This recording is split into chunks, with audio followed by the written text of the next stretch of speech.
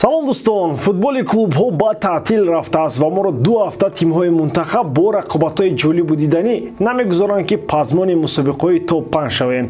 Воқеан дар айни шавқовар ва ҷазб буданаш чемпионатҳои пурқуввати Аврупо ба танаффус рафт. Дар ҳамин ҳол дастаҳои вақти худро беҳуда сипарӣ накарда аз пай ислоҳи камбудиё мешаванд. Бозигароне ки ба тимҳои миллии худ ҷалб нагардиданд, барқарор шуда бо қувваи нав ба дастаҳои худ кӯмак мекунанд. Аз ҳама муҳимаш касе осеб набардорад. Мо ҳам дар ин муддат хабарҳои охирини футболро аз ҳар бобат ба шумо пешниҳод мекунем. Лайки қиматбоҳои худро гузоред, ин дастгирии бисёр хуб мешавад барои пешравии кори мо. Баъд аз ин мо сар мекунем.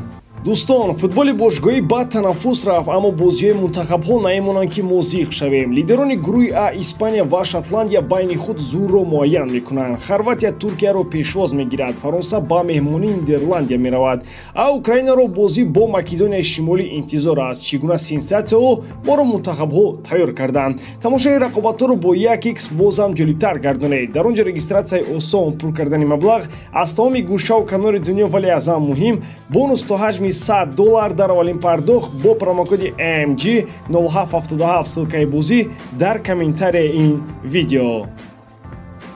Антонио Конте метавонад ҷойи кори нав пайдо кунад. Мутахассиси итолиёвӣ омодааст ки ба кори худ баргардад. Дастаи Наполи мехоҳад мутахассиси номдорро ба вазифа ҷалб намояд. Айни замон дар Неапол ба ҳайси сармураббӣ Руди Гарсия кору фаъолият дорад. Натиҷаҳои даста хуб нестанд. Ин дар шароитест ки лидерони даста аз қабили Осимхен ва Хвича дастаро дар равзанаи трансферӣ тарк накарданд. Аммо нафари асосии дигар дар Наполи намонд. Гап албатта дар мавриди Лучано Спалетти меравад. Ин мутахассис бо ҳайате ки дар зери даст дошт тавонист дар Италия пас аз солҳои тӯлонӣ дастаи Наполиро бори дигар қаҳрамон гардонад. Гапҳои ӯ бо Де Лаурентис гӯрехтанд ва ӯ тарки вазифа намуд. Аз ҳамин гап аллакай муносибати сармураббии эҳтимолӣ ва президенти дастаро тасаввур кунед. Де Лаурентис ва Антонио Конте бо характере ки ҳарду доранд, ҳамдигарро дар марҳилаи гуфтушунидҳо мушту лағат хоҳанд зад. ҳарчанд Конте мутахассисе аст ки метавонад бо дил худ даста кор кунад ва дар фурсати кӯтоҳ натиҷа диҳад, ҷиҳатҳои манфии ӯро вақт бештар нишон дааст.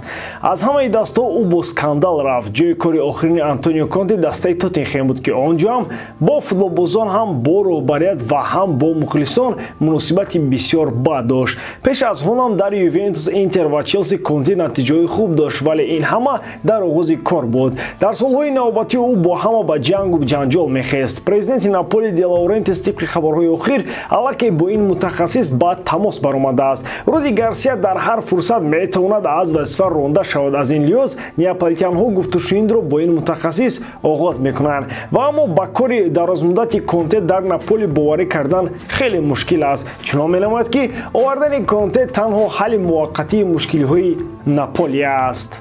Эден Азар ба карьераи худ нуқта гузошт. Ин акнун ҳақиқат аст. Пас аз чанд соли гарм кардани курсиҳои эҳтиётии Бернабеу ва дигар варзишгоҳҳои Испания, ин футболбоз ва Реал Мадрид ба хулосаи қатъ кардани шартнома омаданд.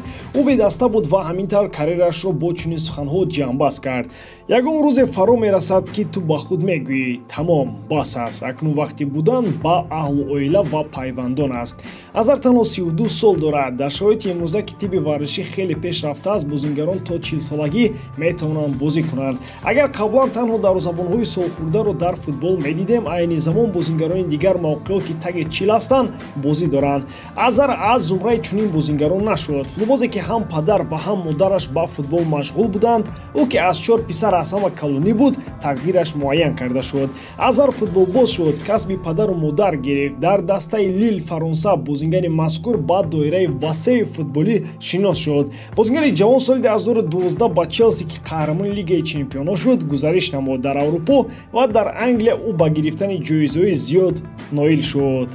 солҳои беҳтарини худро маҳз дар Челси гузарон. Аз паси орзу ва ҳавас бозигари белгитабур ба дастаи Реал Мадрид бо нархи калон омад. Дар Мадрид карьераш оҳиста-оҳиста ба ҷамъбасти худ наздик гардид. ӯ натавонист дар Реал мавқеи худро пайдо кунад. Пас аз омадани Анчелоти ба Мадрид Азар ҳатто интихоби аввал аз ҳайати захиравӣ ҳам набуд. ҳамаи мо бозии Азарро дар хотир дорем. замони дар Челси буданаш ӯ ҳамаро аз сари роҳи худ дур мекард. метавонист 2-3 нафар ва то ними дастаро фиреб диҳад. Ҳамаи мо ба азар барои бозии зебо, фиребҳои муҷалло ва голҳои олӣ изҳори миннатдорӣ мекунем. Ташаккур. Акнун вақт барои нӯшидани оби ҷав ва хӯрдани дилхоҳ намуди бургер аст. Барои он азар дигар танқид нахоҳад шуд. Ҳар қадар ки хоҳад вазн гирад.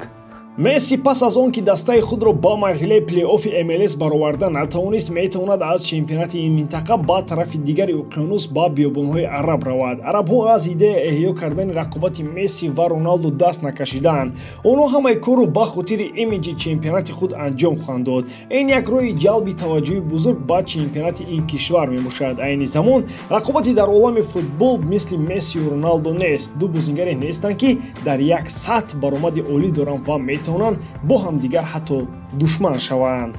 Холланду Мбаппе мегуфтанд ки чӣ хеле ба сатҳи рақобати шадид набаромада истодааст. Лео қариб 4 моҳ бе футбол хоҳад буд. То он даме ки чемпионати МЛС ба анҷом мерасад, дастаи Интер Майами иштирок нахоҳад кард. Арабҳо инро истифода карда мехоҳанд Мессиро ба чемпионати худ даъват кунанд. Дар ин сурат олами футбол боз ба ду қисми назарҳои мухталифшуда тақсим шуда баҳсҳоро идома хоҳанд дод.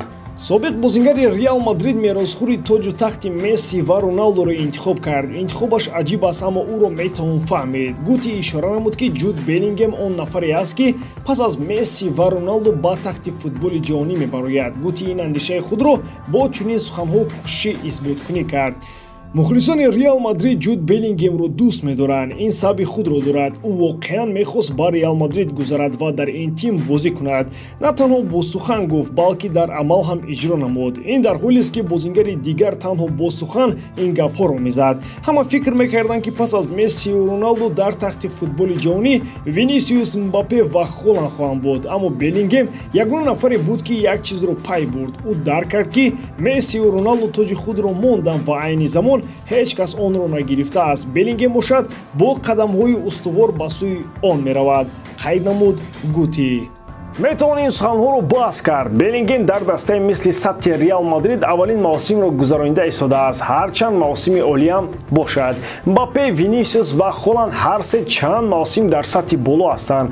Вини ва Холланд лигаи чемпионҳоро гирифтанд ва барои гирифтани он ба дастаи худ хизмати бузург карданд. метавон танҳо бо гузашти вақт баҳои холисона дод ки тоҷи Роналду ва Мессиро кадом бозингар ба сар меандозад, вале айни замон воқеан ин тоҷ бесоиб аст. шумо дӯстон дар ин бора чӣ мегӯед? ҳатман ақидаи худро дар комментария нависед. ба ҳамин тамом боридам ки эҷодкории ман ба шумо писанд меояд. лайк, комментария ва дар канал обуна шуданро аз ёд набароред. бо шумо мисли ҳар вақта Муҳаммад Гаиров. хай бародарон, дар паноҳи Аллоҳ.